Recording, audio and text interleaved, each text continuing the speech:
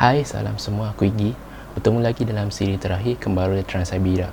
Di video ni aku nak kongsikan dengan korang semua berapa bajet atau kos untuk trip Trans-Siberia ni. Stay tune dan tonton video ini sampai habis.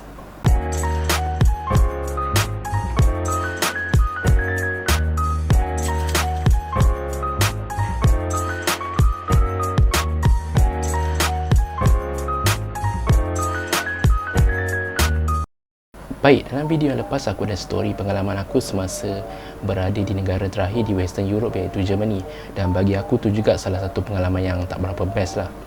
Yang belum tonton sila tonton video tu, klik link di bawah.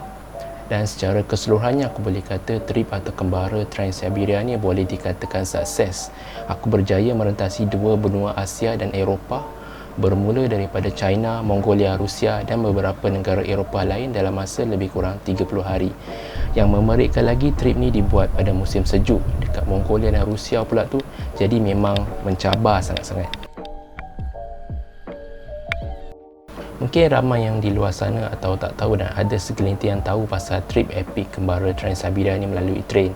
Dan kepada yang tak tahu apa itu Trans-Siberia, silakan tonton video tersebut untuk korang tahu dan kenal apa benda tu trip Trans-Siberia. Aku yakin semua orang nak tahu kot agak-agak berapa bajet keseluruhan yang aku habiskan dalam trip ni, dan aku harap penonton semua layan video ni sampai habis, dan aku akan share sebaik mungkin berapa kos-kos atau harga tiket train, visa dan penginapan berdasarkan pengalaman aku. Video ni aku akan cuba kategorikan mengikut kos flight, visa pengangkutan yang digunakan dan penginapan. Visa, perkara pertama sekali yang korang perlu ambil berat adalah visa. Walaupun kita sebagai pemegang pasport Malaysia yang mempunyai pasport yang boleh dikatakan agak power, boleh masuk ke hampir 179 buah negara tanpa memerlukan visa, tetapi untuk trip Trans-Siberia ni aku hanya perlukan 2 buah visa saja, China dan Rusia. Walaupun China dan Malaysia mempunyai hubungan dagangan yang sangat baik dengan negara kita, tapi malangnya kita rakyat Malaysia masih perlu memohon visa untuk ke negara diorang. Sedih kan? Antara booking tiket flight dan buat visa, mana dahulu? Okey, benda tu terpulang dekat korang semua nak buat mana dulu, sama ada beli tiket flight ataupun buat visa dahulu. Kalau nak jawapan formal, biasanya korang akan di-advisekan untuk buat visa dahulu. Tapi ini aku punya cara, aku sama sekali tak recommend. Aku beli tiket flight in advance kira-kira 1 ke 2 bulan sebelum terbang, dan kos untuk buat visa China ketika itu dalam 80 ke 100 ringgit Malaysia, dan tak perlu invitation letter untuk buat visa China. Nak buat visa bukan dekat kedutaan China tau, tapi visa center yang terletak di Jalan Mayang Sari, KL. Kedua adalah visa Rusia. Ini proses yang bagi aku agak rumit dan tricky juga, dan perlu ada invitation letter. Benda ni korang boleh purchase dari travel agency online. Lepas dah purchase benda ni, isi borang permohonan visa secara online, print out dan bawalah ke kedutaan Rusia. Bila diorang dah approve, baru buat pembayaran di bank. Dan kos untuk buat visa Rusia ketika itu dalam RM300 termasuk invitation letter. Kos tiket flight, aku mula trip pertama ni pada tahun 2016 ketika musim sejuk, low season, dan tak banyak pelancong masa tu. Boleh jadi harga tiket pengangkutan dan penginapan murah disebabkan kurang demand. Seperti yang korang tahu, aku mula daripada Asia iaitu Beijing, China, dan tiket ke Beijing waktu tu berharga RM433 sehala. Memang murah gila, tanpa extra luggage. Backpack aku ringan je, jadi aku pikul sekali masuk on board dan letakkan pada ruang di atas kepala aku. Aku book terus daripada website Air Asia. Air Asia waktu ni memang laku keras, babe. Sekiranya kalau korang nak mula daripada barat sama ada Moskow ataupun St. Petersburg, tiket boleh didapati dengan harga serendah 1,200 ke 1,500. Dan tiket harga serendah ni biasanya boleh dapat di website macam Skyscanner, Kiwi.com, GoToGates dan lain-lain. Website yang aku nyatakan ni dikira sebagai ticketing agent dan bagi aku tersangat murah. Kalau korang yakin guna, dipersilakan. Kos pengangkutan dan penginapan Beijing. Untuk bab ni aku akan bagi tahu harga tiket aku mengikut urutan. Jadi kita mula di bahagian China dahulu.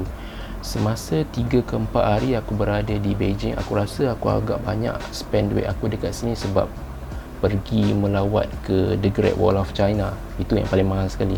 Yang kedua, melawat zoo Beijing dan hostel dan makanan apa semua kan. Seterusnya daripada Beijing aku menuju ke bandar Hot Hot ataupun dalam bahasa China dia Huhehao Tedong. Kalau ikut trip yang aku lakukan pada tahun 2016, aku berhenti di Inner Mongolia, dan Inner Mongolia ni terletak di bahagian utara China. Daripada Beijing ke bandar ni, kos tiket dia adalah 75 yuan, kira-kira RM50, dan sampai ke bandar Hot Hot ni aku bermalam di salah sebuah guest house yang berharga 50 yuan, RM33 je kena. Dan nak sampai ke guest house ni aku naik teksi dan kena charge hampir RM30. Memang bagi aku sangat mahal sebab hostel tu sebenarnya bukan jauh mana, dan aku rasa aku kena rip off lah. Selepas tu daripada bandar ni aku menuju ke bandar Erlian, dan tiket berharga 35 yuan, kira-kira RM24.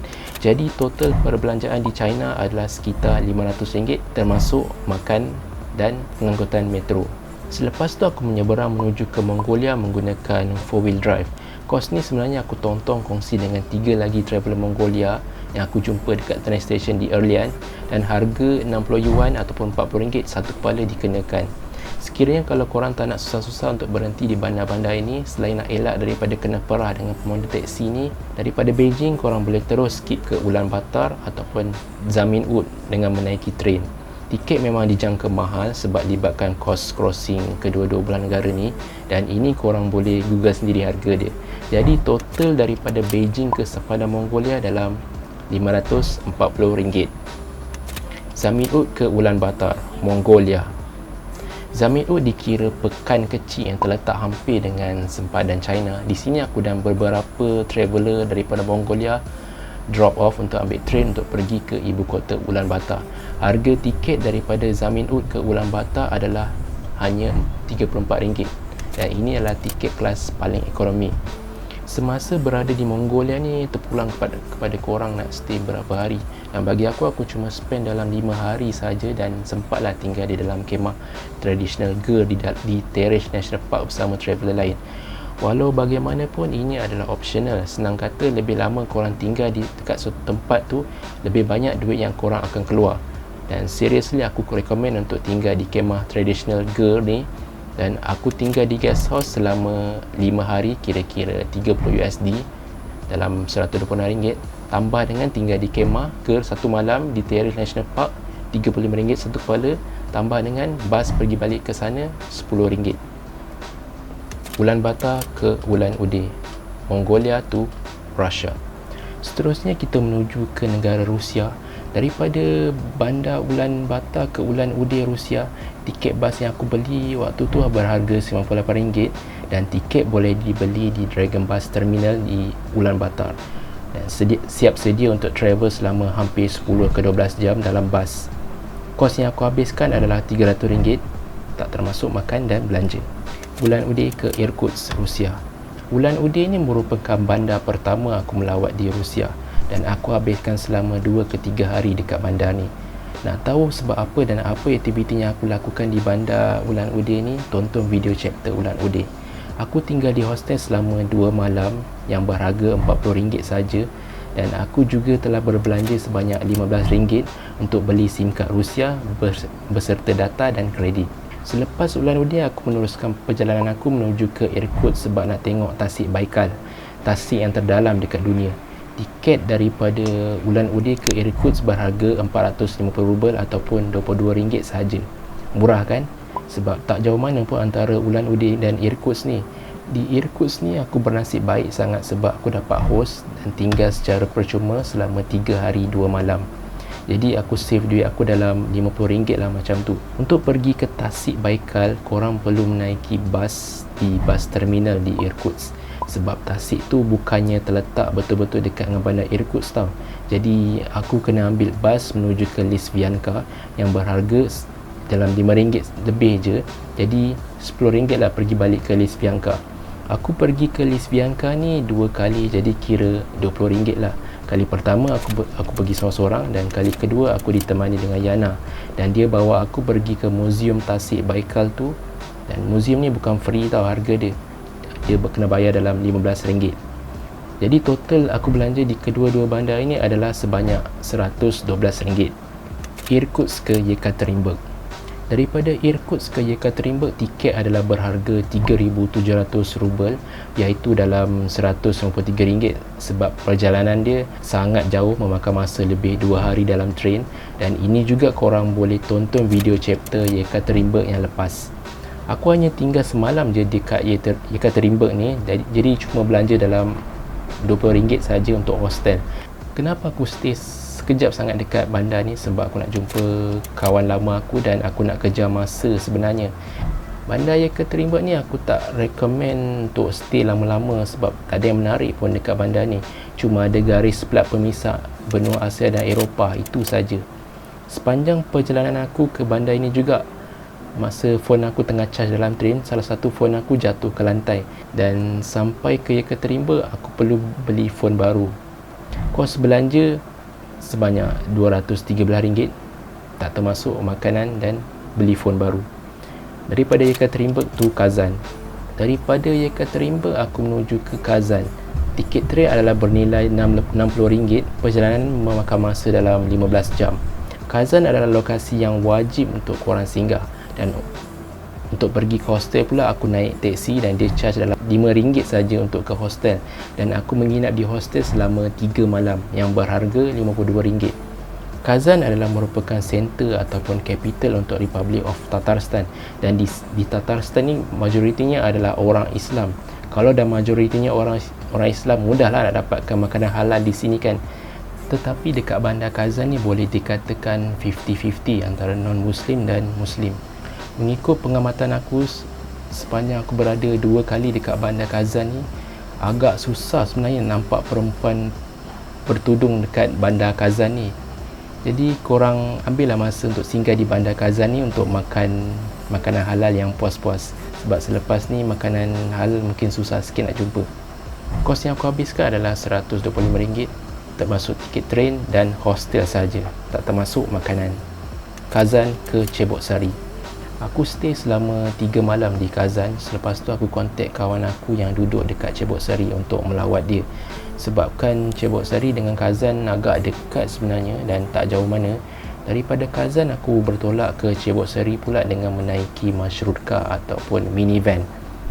Harga tiket minivan tersebut adalah hanya kira-kira RM17 saja.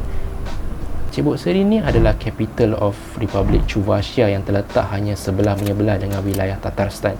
Dan aku hanya spend 1 malam je dekat sini.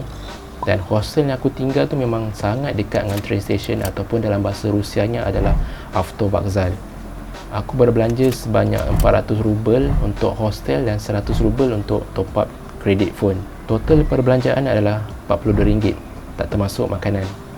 Daripada Cheboksary, Nizhny Novgorod ke Ryazan. Sebenarnya banyak juga bandar yang aku lawat semasa trip kembara Trans-Siberia ni dulu. Sebagai contoh, aku ada melawat bandar Cheboksary yang agak off the grid sikit sebab nak jumpa dan melawat kawan aku ni. Dan yang lagi satu ni merupakan antara pengalaman aku yang sangat pahit lah. Korang boleh rujuk video yang berthumbnail ini.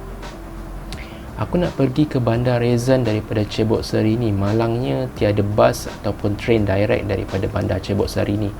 Dan aku perlu pergi ke bandar Nizhny Novgorod dulu, dan daripada situ aku boleh menaiki train untuk terus menuju ke Ryazan. Total cost untuk chapter ini adalah sebanyak RM128.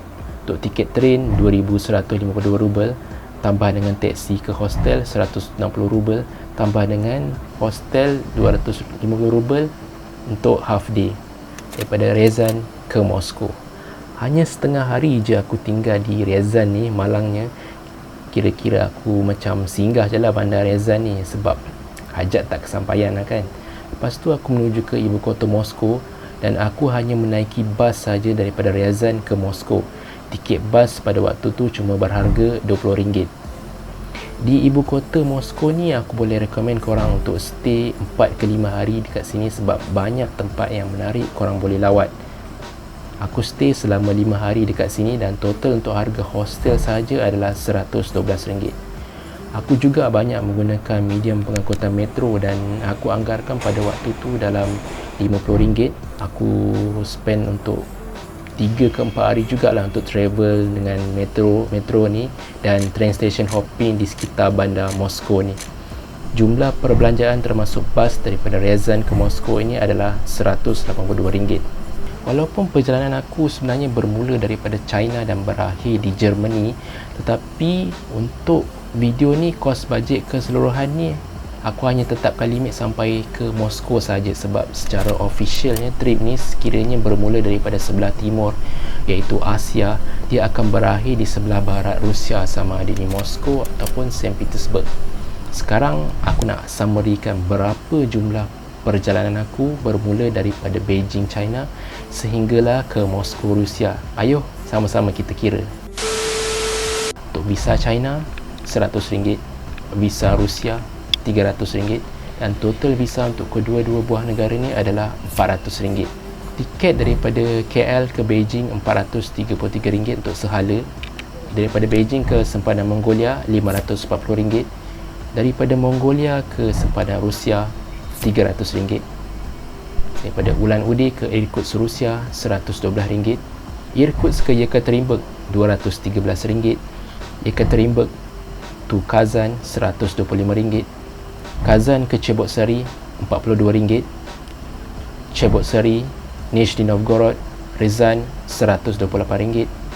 Daripada Ryazan ke Moskow RM182 dan total keseluruhan kos daripada Beijing ke Moskow ini adalah RM2,475, tak termasuk makan dan minum.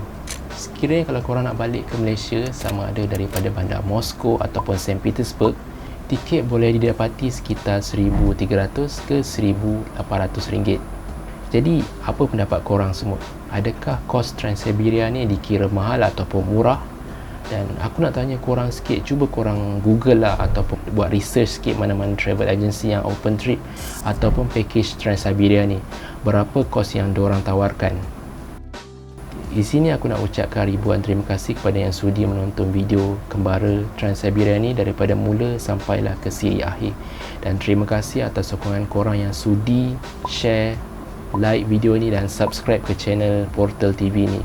Dan aku nak minta maaf kepada yang tertunggu-tunggu video siri Kembara Trans-Siberia ni yang ambil masa lebih setahun untuk disiapkan sebabkan masalah peribadi, kekangan masa dan sebagainya. Kalau korang ada sebarang cadangan ataupun idea untuk video yang akan datang, sila tinggalkan komen di bawah sebelum channel Portal TV ni beralih ke siri baru, story baru dengan storyteller yang baru. Oleh itu jangan lupa subscribe. Terima kasih dan jumpa lagi untuk video yang akan datang. Das Vidania.